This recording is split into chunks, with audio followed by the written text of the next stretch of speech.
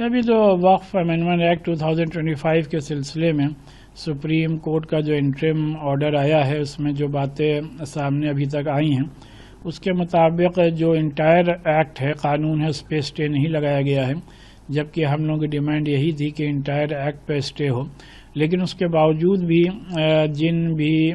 Provisions پر stay ہوا ہے اس کو بھی ہم لوگ ویلکم کرتے ہیں اس امید کے بعد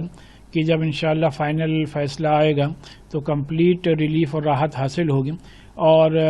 خاص کر سیکشن 3 اور 4 پر جو اسٹے ہوا ہے وہ ایک بڑی جیت ہے، اور 5 ایئرز پریکٹسنگ مسلمان ہونا چاہیے وقف کرنے کے لیے، اس پر بھی اسٹے ہوا ہے، پلس یہ کہ مسلم ممبرز ہوں اور اگر کوئی کمپیٹنٹ مسلم نہ ملے تب ممبر نان مسلم کو بنایا جائے، یہ ایک بات کہی گئی ہے، اور ایک یہ بھی بڑی ریلیف ہے کہ جو سی او ہو وہ مسلم کمیونٹی سے ہی ہو، پلس جو کلیکٹر کو ڈسٹرکٹ کلیکٹر کو کسی بھی پراپرٹی کو ڈیسائیڈ کرنے کے لیے کہ وقف ہے کہ نہیں ہے،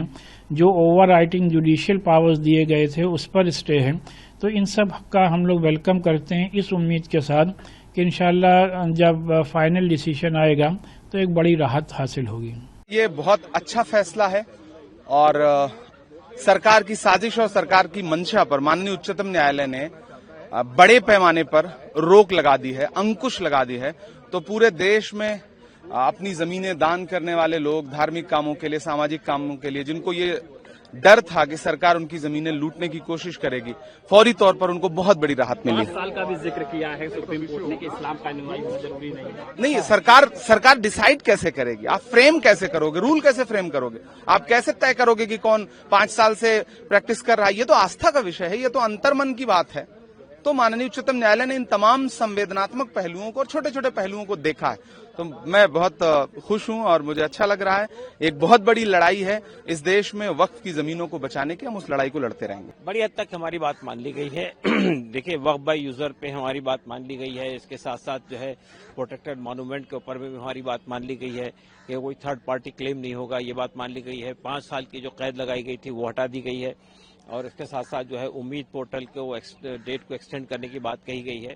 اور وقف بائی یوزر کے اوپر بھی ہمارا جو وہ تھا کہ اس کو اس طرح سے آربیٹری ختم نہیں ہونا چاہیے، وہ بات مان لی گئی ہے۔ سرکار جو کلیم کرتی تھی کہ ہماری پراپرٹی ہے تو وقف بورڈ نہیں طے کرے گا، ٹریبونل نہیں طے کرے گا، وہ بات ختم ہو گئی ہے۔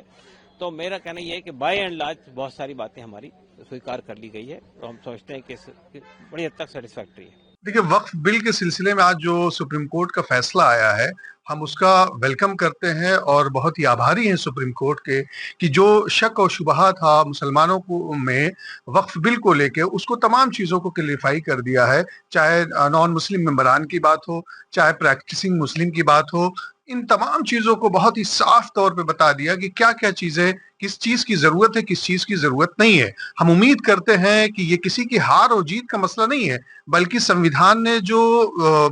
ادھیکار دیا ہے اس کو باقاعدہ ایگزامن کر کے سپریم کورٹ نے منظر عام پہ لایا، لہٰذا ہم اس کا اپنی جانب سے اور تمام مسلمانوں کی جانب سے شکر گزار ہیں اور اس کا ویلکم کرتے ہیں۔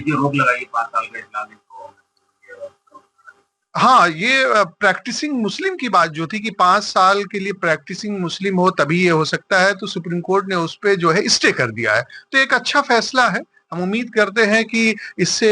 وقف جو قانون ہے اور وقف کی جو سمپتیاں ہیں، وقف کے جو ڈونر ہیں وہ اور اچھے طریقے سے وقف کر سکیں گے۔